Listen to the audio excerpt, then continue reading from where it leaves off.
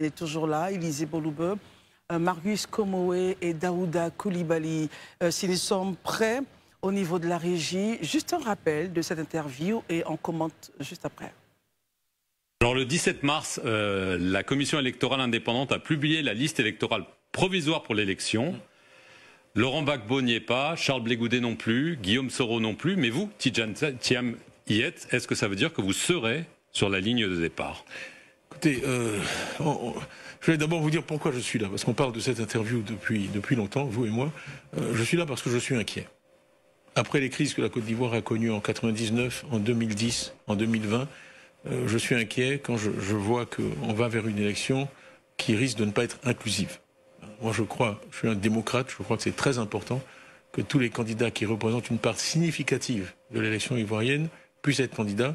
Et j'ai des regrets personnellement de ne pas avoir parlé assez haut et fort. En 99, j'étais très inquiet. J'ai fait note après note au président Bédier, prévoyant un coup d'État et des troubles. J'ai fait partir ma famille en juin 99. Et donc, le coup d'État est arrivé. En 2010, j'ai pris la parole, mais assez tard. En 2020, assez tard. Donc, j'ai décidé maintenant de me mettre en position de parler avec autorité, de devenir président d'un parti politique et d'être un acteur pour éviter que mon pays n'aille à une catastrophe. Voilà, donc c'était quelques propos tenus par le président du PDCI, Tidjane Thiam, sur le plateau de nos confrères de France 24. Nous allons procéder, messieurs, à cette analyse-là. Daouda, quel est votre commentaire? D'accord. Quand j'ai suivi l'interview de M. Tidjane Thiam, président du PDCI RDA, chez nos confrères de France 24, j'ai été un peu embêté parce que pour moi, il y avait comme une forme d'incohérence. Parce qu'aujourd'hui, Tidjane Thiam affirme que lui, il vient en politique parce qu'il est inquiet d'une supposée crise qui va frapper la Côte d'Ivoire à l'heure de l'élection de 2025. Mais quand j'ai entendu ça, ça m'a fait penser et remémorer en fait une interview qu'il a donnée il y a 11 ans à nos confrères de LCI. Donc si la régie le permet, est-ce qu'on peut voir la vidéo? Okay. 11 quoi? Vous avez fait de la politique en Côte d'Ivoire, est-ce que vous avez envie d'en refaire, en Côte d'Ivoire ou ailleurs? Non, non, j'ai été guéri de ça par les militaires. C'est un remède très efficace. Je crois qu'une fois qu'on est passé à travers un coup d'État, on a... C'était en 99. Les ardeurs, Hein, oui. Alors, justement, Daouda, pourquoi convoquer cette vidéo? D'accord, quand je vais dérouler, vous allez comprendre pourquoi je convoque cette vidéo. Il le dit lui-même, il est guéri de ce qui s'est passé en Côte d'Ivoire. L'homme, en 99, a quitté précipitamment la Côte d'Ivoire. Je n'ai pas envie de dire fuir la Côte d'Ivoire parce qu'il a pris le temps même de mettre ses enfants à l'abri. Et donc, lui, il est parti de la Côte d'Ivoire. Mais contrairement à M. Tidjane Thiam, qu'on le veuille ou non, qu'on l'aime ou pas, M. Laurent Gbagbo n'a pas quitté la Côte d'Ivoire. M. Guillaume Soro n'a pas quitté la Côte d'Ivoire. M. Henri Konan Bédié n'a pas quitté la Côte d'Ivoire. M. Alassane Ouattara n'a pas quitté la Côte d'Ivoire. Ils sont tous restés là avec nous. Mabry Touakeuse, toutes ces personnes-là pour gérer cette période trouble avec les Ivoiriens. Et on l'a géré pendant des années et des années. Lui a choisi l'exil volontaire. Ça, c'est la première chose. Aujourd'hui, est-ce qu'on peut dire aujourd'hui que se présenter un défenseur de la stabilité du pays alors qu'on est parti au premier coup de canon, est-ce que lui, il est légitime pour se présenter un défenseur de la stabilité? Moi, je me pose des questions parce que là, après sa sortie, ça m'a... Vous le trouvez illégitime, c'est cela? Pas illégitime, mais je le trouve un peu incohérent. Parce qu'après son départ en 99, il a cité une ou deux crises. Mais après 99, il y a eu une crise en Côte d'Ivoire de 2000. 2 ans après, il y a eu une autre crise en 2002. De 2002 jusqu'en 2011, en 2010, on a connu la crise post-électorale. 2010, on a connu les élections, crise post-électorale. Et en 2011, nous avons connu une guerre civile. Pourquoi tous ces rappels, justement? Et j'en ai même pas fini. Parce que 2015, 2020, on a connu des crises. Il n'a pas senti le besoin de s'impliquer à cette période-là. Mais c'est en 2025, parce qu'aujourd'hui, lui veut être candidat, lui veut être président de la République, donc automatiquement, il est inquiet. Pendant toute son absence, il ne s'est pas inquiété de la sécurité des Ivoiriens, il ne s'est pas inquiété de la sécurité de la Côte d'Ivoire. Christelle, tu as posé la question, pourquoi est-ce que je convoque cette vidéo? Pourquoi vous l'avez convoquée? Parce que ici, nous sommes face à un débat de fond. Le débat de fond, c'est est-ce que M. Cheikh Tidjane Thiam est-il exclusivement ivoirien? En quoi est-ce que faire un débat sur l'exclusivité des nationalités ferait-il planer sur la tête de la Côte d'Ivoire le spectre d'une hypothétique guerre? En quoi? Parce qu'il ne faudrait pas l'oublier. Qu'on aime Alassane Ouattara, qu'on ne l'aime pas, pendant 15 ans, nous avons connu une période de stabilité. C'est un fait. Pendant Côte d'Ivoire, pendant 15 ans, nous avons connu une croissance économique. Il y a eu des hauts, il y a eu des bas. Le bilan de Alassane Ouattara est attaquable à des points, et en beaucoup de points. Mais il est force de reconnaître que beaucoup a été fait. Mais venir se repositionner en défenseur de la stabilité politique pendant des années, nous n'étions pas là. Je trouve que ce n'est pas juste. C'est créer une forme de psychose dans la tête des Ivoiriens et ce n'est pas juste. C'est pour cette raison que lorsque vous m'avez demandé, avec la sortie du porte-parole du RAGP, j'ai trouvé que son discours était mesuré, c'était bien parce que tous les hommes politiques doivent faire baisser la pression parce que les Ivoiriens ont véritablement souffert de 2010. 2010, non, je vais terminer par ça très rapidement. Nous avons vécu 2010. Nous avons connu 2010. Nous avons marché de Bouaké en 2002 pour venir jusqu'à Abidjan. On a été appelés des déplacés de guerre. Certains parmi nous ont encore des crises post-traumatiques. Non, je pense sincèrement que M. Tidiane Thiam ne doit pas nous faire planer ce spectre-là sur la Côte d'Ivoire au simple prétexte qu'il y a un débat sur l'exclusivité de sa nationalité. Voici ce que je voulais dire. Herman, quel est votre commentaire justement sur les propos du président du PDCI, Tidiane Thiam? Je pense que il avait un message à passer et ce message-là, tout de suite à l'entrée de cette interview-là, il a précisé son message, qu'il était inquiet. Moi, je crois qu'au-delà de tout, en reconnaissant que même ces derniers jours, les interprétations, les analyses que nous avons faites, surtout comme Marius et moi hier, on a tous relevé le fait que la situation est préoccupante. Vu la façon avec laquelle l'opposition a réagi déjà depuis, le PPAC a réagi à la suite de la remise du fichier électoral. Vu même aujourd'hui, on sait tous ici qu'au niveau de l'hémicycle, le PPACI a retiré son groupe parlementaire. Donc, je veux dire, quand il dit qu'il est inquiet, et on a même dit que hier, même Élysée a abordé dans ce sens-là, c'est souvent des prémices à des conflits pré-électoraux. Et même le député Assalé Toumoko l'a dit ici. Donc, il ne faudrait pas que, parce que c'est Tidiane Thiam qui le dit, qu'on puisse s'enorgueillir de sa légitimité. Et aujourd'hui, le président du PDC-RDA, il y a 15 ans, il y a 25 ans, il n'était pas un électeur, il était juste un ministre qui est parti après. On peut effectivement, ça aussi, cela m'a choqué, qu'il soit parti 6 mois avant le coup d'État, que les Ivoiriens ne semblaient pas savoir, mais qu'il ait pris de sa famille pour partir, ça, on peut le lui reprocher. Parce que, effectivement, si tu sais qu'il y a une crise pareille qui s'annonce, quelles que soient les notes que tu fais, un bon soldat, il reste au pied.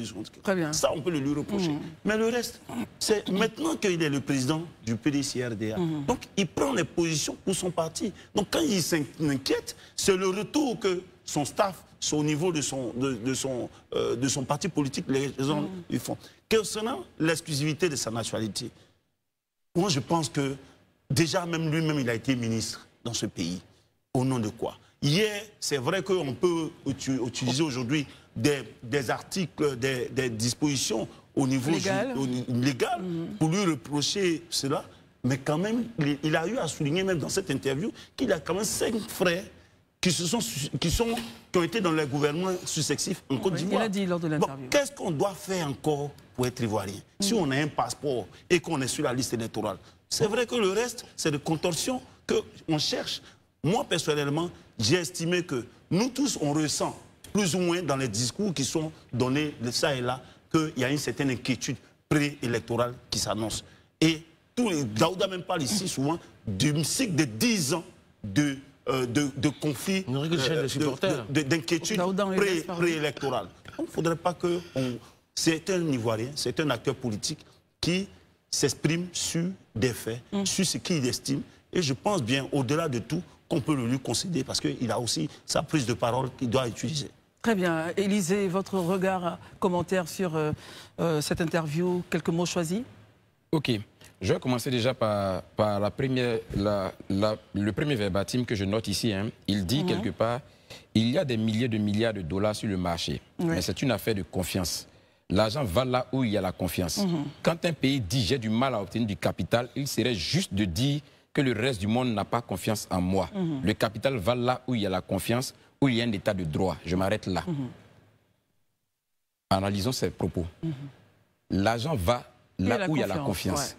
Mais si lui, il est d'accord que depuis l'arrivée du président Ouattara, nous sommes passés de 3 000 milliards de budget à aujourd'hui environ 15 000 milliards de budget et que nous avons engrangé aussi un aussi important ratio de dette.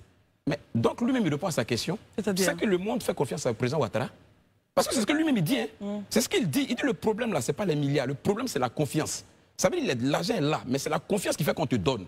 Donc s'il est conscient lui-même, et comme déjà le PDCI le dit, certains partis disent qu'on est suffisamment endetté, qu'on prend beaucoup de dettes. Donc si on veut être dans sa logique, c'est que le monde entier, ceux-là qui octroient dette là, ils font donc confiance au président Ouattara.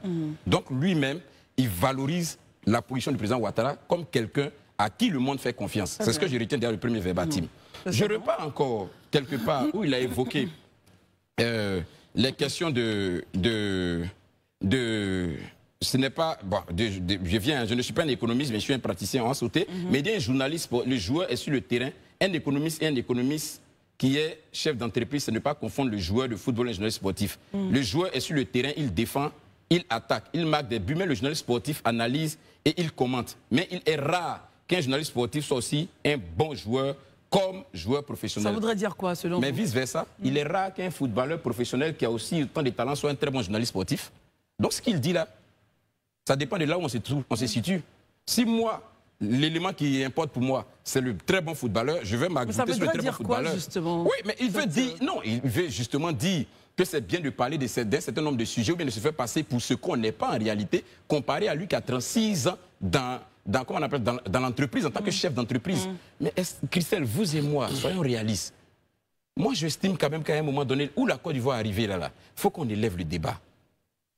Moi, c'est pas parce que tu as été un très bon chef d'entreprise que tu as réussi à positionner l'entreprise que ça fait de toi un excellent président, que tu serais un bon président. Je suis désolé. Je suis totalement désolé. Mais si on va aller sur cette base-là, sur cette logique-là, mais le président Ouattara était directeur général adjoint du FMI. Et après son départ, on a fermé le poste. Le poste n'existe plus. Mais aujourd'hui, il y a des gens dans ce pays qui trouvent que sa gouvernance n'est pas bonne, qui critiquent sa gouvernance. Donc ça, là, pour moi, c'est même pas un débat. Pour moi, c'est vraiment pas des éléments qui peuvent être dans la... Aujourd'hui, là, de façon factuelle, vous soulevez un problème. Voilà le problème que la Côte d'Ivoire traverse. Sur tel angle, voilà les recettes en termes de solutions que moi j'apporte. C'est de ça qu'il s'agit. Mais sinon aussi, c'est les figures de style, les rhétoriques, prendre les comparaisons. Ça, on a déjà vu ça dans ce pays. C'est pourquoi, justement, la dernière fois sur le plateau, je disais, la question, ou du moins le slogan, faire la politique autrement, là. Franchement dit, excusez-moi du thème, si c'est ce que je suis en train de voir avec le président Thiam depuis un certain moment, désolé, c'est pas faire la politique autrement. Ça, on a déjà vu ça dans ce pays et on a vu même en meilleure formule, honnêtement dit. Maintenant, on va aller sur le bilan même. Je termine dessus. Vraiment, c'est ma dernière intervention là-dessus. Et puis, son intervention justement sur le problème de nationalité. Oui, je vais revenir sur la nationalité, mais sur le bilan même, qu'en 15 ans, on ne voit pas trop ce qui a été fait. Moi, je peux comprendre, on est vraiment dans la politique. Mais je disais sur ce plateau que la politique doit se nourrir quand même à un moment donné d'honnêteté, de bonne foi. Si en 15 ans, vous êtes passé de 3 universités à pratiquement 9 universités aujourd'hui. Si en 15 ans, vous êtes passé d'environ 6 000 km de route à aujourd'hui près de 60 000 km de route, si en 15 ans, vous êtes passé de 31% de taux de couverture d'électricité à 94% de taux de couverture d'électricité, si en 15 ans, vous êtes passé de 34% de taux d'eau potable à 78 aujourd'hui, mais si ça là, ce n'est rien, je tombe des nues. Parce que la Côte d'Ivoire, là, elle est indépendante depuis 1960. Donc de 1960 à 2011, là, on était à 31% de taux de couverture d'électricité. De 1960 à 2011, là, on était à 32% de taux de couverture en eau potable. Si en 15 ans, on est passé, on a doublé, quadruplé ces ratios, si on dit que rien n'a été fait, je pense qu'à un moment donné, quand même, la politique doit se nourrir d'honnêteté et d'objectivité. Donc, quand je dis ça, je vais m'arrêter là. Maintenant, sur la nationalité, ou bien c'est plus la peine? Bon, rapidement, Élisée, parce qu'on a passé de temps. Sur la question de la nationalité, je pense que c'est un débat qui est ouvert. Lui-même l'a reconnu. Je pense que c'est déjà pas juste d'essayer de dire ses frères sont ivoiriens et il a cité le nombre de ses frères qui ont été ministres dans le gouvernement ivoirien. Mais ses frères, que ce soit Daouda, que ce soit Aziz et tous les autres là, ils n'ont pas fait allégeance à la France pour prendre une nationalité pour étudier. Ses frères ne l'ont pas fait. Donc, ils ne sont pas dans la même situation. Je suis désolé, mais ils ne sont pas dans la même situation. Là, lui-même, devant tout le monde entier, il a dit qu'il a fait une demande de renonciation à l'allégeance à la France, très bien, à la nationalité française. Donc, on attend la procédure, on verra. Au moment opportun, on pourra s'exprimer là-dessus. Très bien. Et certains de vos verbatims proviennent justement de cette rencontre qu'il a eue le samedi 15 dernier avec les militants. Avec la diaspora. Avec la diaspora. Alors, Marius, comment est votre commentaire? A-t-il raison d'être inquiet? Et puis, quelques éléments de langage qui vous ont marqué dans l'interview? Oui, ben, écoutez, l'inquiétude s'exprime aisément. Nous l'avons dit nous-mêmes sur ce plateau. À l'approche de chaque élection présidentielle en Côte d'Ivoire et même les élections générales, les Ivoiriens s'interrogent, les Ivoiriens ont la peur au ventre. Et donc ça se comprend. Et cela pour la simple raison que les propos des hommes politiques ne nous laissent point indifférents. Mais sur la question essentielle de la lutte contre la vie chère, où il évoque les 22% de taux de pauvreté en Abidjan et les 50e% de taux de pauvreté hors d'Abidjan. Et dans les zones les plus reculées, il parle de 60 à 70% de taux de pauvreté. Bon, c'est pas nouveau. Ça veut dire quoi, c'est pas nouveau? C'est pas nouveau parce que sous tous les régimes, et plus particulièrement... Pardon, on va l'écouter. Non. La source de ces chiffres, c'est quoi la source de ces chiffres? Parce que je n'ai pas voulu, justement... Mais en vérité, il aurait pu, donc, justement, nous donner la source, justement, de ces chiffres. Parce que nous suivons également l'Institut national de la statistique, mais y compris les institutions internationales qui gèrent les questions relatives justement au taux de pauvreté dans les pays, et plus particulièrement en Côte d'Ivoire. Donc selon vous, sur ce coup-là, il aurait pu mettre la source, c'est cela? Oui, bien sûr, puisque sous le PDCI-RDA, il faut en parler. Pourquoi est né le Zouglou? Le Zouglou? Oui, le Zouglou. Oui, d'accord. Sous le PDCI-RDA, pourquoi est né le Zouglou? Et en ce moment, lui, il était dans le gouvernement du président Bédié. On sait tout ce qu'on a vécu. Le Zouglou est né pourquoi? Moi, j'étais encore au lycée. Oui. Et au lycée, nous étions plus de 60 à 70 élèves par classe. Les classes étaient déjà surchauffées, surclassées. Et actuellement, il y en a combien dans les classes? Cher ami, nous sommes à une centaine, 110 à 120 élèves par classe. Allons-y, oui. Donc, c'est pour ça que je vous dis, ce n'est pas nouveau. Donc, chaque fois que nous approchons les élections, les hommes politiques ont tendance à surfer justement sur les incohérences. Bon, c'est leur droit, et bien sûr, c'est pour ça qu'ils sont dans l'opposition. Mais ils oublient qu'eux-mêmes ont géré le pays et qu'en leur temps, la situation n'était pas aussi réluisante. Elle était plutôt morose. Et donc, on a connu des pas essentiels. Il y a eu des avancées. Hier, là où la Côte d'Ivoire n'avait qu'une seule et unique université. Aujourd'hui, nous en avons combien? Donc, moi, je ne ferai pas le bilan de cette façon. Mais moi, je dis tout simplement que nos hommes politiques, une fois dans l'opposition, qu'ils aient la critique moins critique, la critique moins critique, parce que tout simplement, dans les faits, eux-mêmes au pouvoir n'ont pas fait mieux. Au-delà de cet aspect des choses, sur la question de la nationalité de M. Tidiane Thiam. On termine avec ça. Mais ce n'est pas la Côte d'Ivoire ou les politiques actuelles qui ont créé, lui, sa situation. Cette personne ne lui a demandé d'aller prendre une deuxième nationalité. La preuve, il a dit lui-même, son père a été ministre, son aîné, Daouda Thiam, Feu Daouda Thiam, a été ministre, Aziz Thiam, sous Laurent Gbagbo, a été ministre, lui-même, sous Bédié, a été ministre, et Augustin Thiam, son aîné aujourd'hui, est ministre sous le régime du président Ouattara, et donc sa famille a donné 5 ministres à la... Ministre gouverneur sous le président Ouattara, sa famille a donné 5 ministres. Parce que tout simplement, on les a jugés compétents au poste où on les a mis, comme également d'autres familles, les Zadi Zaourou. On a commis les bons qui ont donné plusieurs ministres. Zadi Kessé Marcel, il était tout puissant peuple. Zadi Kessé Marcel était président, directeur général de SODECI CUE. Son frère Zadi Zaourou a été ministre et j'en passe. Bref, la Côte d'Ivoire a connu, il a dit tout à l'heure, la Côte d'Ivoire a connu tellement de cadres dans différentes familles qui ont donné énormément de compétences à la Côte d'Ivoire. Cela n'est pas nouveau. Mais bon, restons dans la logique des choses. J'invite les hommes politiques à faire en sorte que les prochaines élections ne soient pas le creuset justement de la tombe de certains Ivoiriens qui perdront justement leur vie. Daouda et ensuite Herman. En tout cas, je pense que comment on appelle ça, En ce qui me concerne personnellement, je pense que au vu des chiffres, moi, le président Tidiane Thiam, je le dis en toute sincérité, en toute honnêteté, c'est quelqu'un que j'affectionne particulièrement, mais je pense que ce n'est pas le lieu, sincèrement, de venir faire planer le spectre de certaines violences sur la Côte d'Ivoire au nom d'une question de nationalité. Parce que, Christelle, il est important de le signifier aux uns et aux autres. Le débat sur la nationalité de M. Tidiane Thiam n'est pas mené en externe. Vous vous rappelez que dernièrement, je vous ai dit sur le plateau-là que les plaintes qui sont aujourd'hui contre lui ne viennent pas du parti au pouvoir. Les problèmes de M. Tidiane Thiam viennent de son propre parti. Et généralement, à écouter le président Tidiane Thiam, j'ai comme l'impression qu'il passe plus de temps à répondre aux acteurs des réseaux sociaux, parce que chaque fois il parle des commentateurs, tout et tout. Je pense que ce n'est pas ça le plus important. Le plus important aujourd'hui, il faut que M. Tidiane Thiam fasse tout pour que, on nous avait dit, on a vu dans un article de nos confrères de chez Le Monde que sa libération à son allégeance à l'État français a été signée, c'est de faire en sorte que ce document puisse sortir très rapidement, parce qu'en l'état actuel des choses, à la différence des autres, lui est sur la liste électorale. Lui peut être électeur, lui peut être candidat.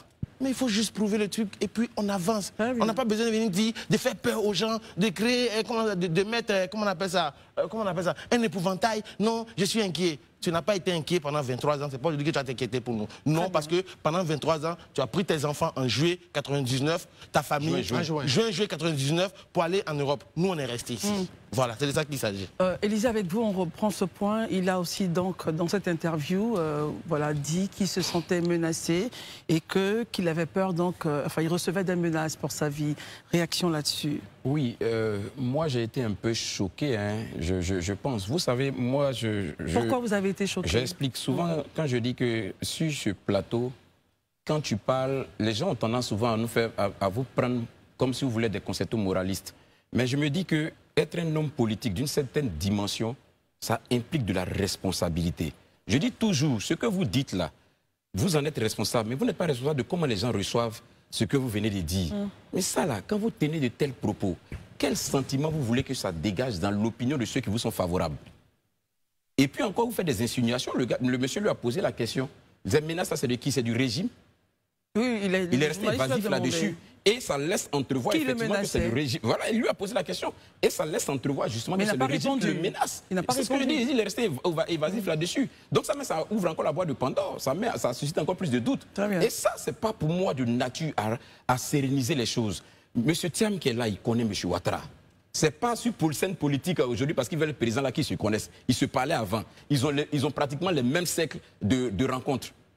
Quand vous venez dire de tels propos-là, qu'est-ce que vous voulez que ça suscite dans l'opinion nationale? Moi, je pense qu'il faut que nos hommes politiques, à un moment donné, comprennent que leur responsabilité, c'est aussi veiller à ce que le tissu social-là s'apaise au maximum. Donc, il faut faire attention à tous les propos qu'on sort. Même quand on est assis en France et qu'on sort ça, ça peut avoir des répercussions en Côte d'Ivoire qui peuvent être dangereuses pour nous. Très bien. En dernier point, Arman. Rapidement. On est à 27, rapidement. D'abord, sur la question des menaces sur la vie d'un individu, je pense que c'est cet individu-là qui a appelé ici. Si elle est menacée ou pas. On ne peut pas se prévaloir de dire que ce dernier-là n'est pas menacé ou pas. C'est lui qui le vit et c'est lui qui peut l'exprimer. En Côte d'Ivoire, ici, on a vécu aussi par moments des moments de menace, mais c'est individuellement qu'on vit cela. Donc c'est à lui de prouver ce qu'il dit. C'est à lui de prouver. Donc je ne veux pas qu'on prétende, parce que c'est lui qui vit une situation, je veux dire, qui est délétère. Donc ce n'est pas à nous de mépriser sa situation. D'abord ça. Mais moi, je veux qu'on retienne une chose qu'il a dit qui est pour moi important. À la question sur qu'est-ce qu'ils vont faire si jamais il n'y a pas de révision de liste électorale. Et je crois, à ce niveau-là, il a plus ou moins rejoint le PPACI. Il a dit que s'il n'y a pas de révision des listes électorales, les élections ne seront pas justes. Donc, ils vont travailler à ce que les élections soient justes. Moi, l'inquiétude, la crise qui se profile à la région, la crise politique qui se profile à la région, il ne faudrait pas qu'on fasse on se taise, et ou bien qu'on fasse la fine bouche. C'est que le PPS aujourd'hui a sorti son groupe parlementaire. On peut dire qu'ils sont 18 députés, c'est peut-être pas signifiant, mais tel qu'on va, le PDCI va peut-être suivre. Ça sera encore... Toujours est-il que ça sera une crise. Aujourd'hui, il faudrait que le pouvoir essaie de dialoguer politiquement avec ses adversaires politiques qui sont sur la scène pour trouver une solution et préserver les Ivoiriens d'une situation de conflit préélectoral. Très bien, messieurs, merci beaucoup. On a terminé. On a terminé notre émission. On a eu près de 4 minutes en plus. Désolé, les programmes doivent continuer. On se retrouvera, on reviendra en long et en large sur le point du PPACI demain, la sortie justement des processus parlementaires. On en parle demain. Portez-vous bien et les programmes continuent sur Live TV. Yeah. Pour ceux qui n'étaient pas là, je vous ai offert ici cette vidéo sur Live TV. Vous avez vous-même suivi l'intégralité de ce débat-là. Et surtout la partie de la sortie du président Tidjane Thiam sur France 24. Il faut dire aux chroniqueurs de Live TV qu'on aimerait souvent les voir parler de la sorte d'Alassane Dramane Ouattara. Élysée, qui est sur le plateau, est souvent très à même de critiquer l'opposition. Parce que l'opposition n'est pas au pouvoir. Ce que j'ai envie de dire à ce monsieur Élysée, sachez que en 2025, l'opposition va prendre le pouvoir. Et vous êtes tous remarqués, c'est lécheur. Parce que quand une personne est au pouvoir, vous êtes avec lui. Quand il n'est plus au pouvoir, vous n'êtes plus avec lui. Et c'est ça votre position. De la façon dont vous parlez des opposants sur vos plateaux de télé, nous espérons que quand le parti au pouvoir va perdre le pouvoir, vous allez continuer à parler comme ça. Parce que Daouda, lui, on se rappelle très bien de lui. C'était un opposant digne et qui avait un discours pointueux, avec des preuves à l'appui, démontrant à suffisance que l'armée qui était là travaillait à la solde d'un régime au pouvoir. Aujourd'hui, le même Daouda, ayant trouvé du boulot sur une chaîne de télévision, est devenu un fan pro max du RHDP au point de faire des éloges du président de la République nuit et jour. Il a quitté d'un Daouda libre d'esprit en parole et en acte, qui reconnaissait la puissance phénoménale du président Laurent Gbagbo, en disant lui-même les termes-ci, que je vais citer. Laurent Gbagbo est le seul à avoir rempli le stade de Félix Houphouët-Boigny sans poisson et sans sardines et sans pain. Personne d'autre ne l'a fait, seul, sans aucune coalition. C'est Daouda qui disait ça. Daouda ajoutait que l'armée n'était pas crédible. Les lois n'étaient pas respectées. Alassane était un dictateur. Qu'il n'y avait pas de travail. Le chômage était à outrance. Depuis qu'il a trouvé le boulot, il a oublié ses compatriotes, ses frères et tout le monde. C'est lui seul qui compte. Cet esprit égocentrique. Oui, sur vos chaînes de télévision, vous êtes là nuit et jour à juger chaque petit mot que le parti, les opposants disent.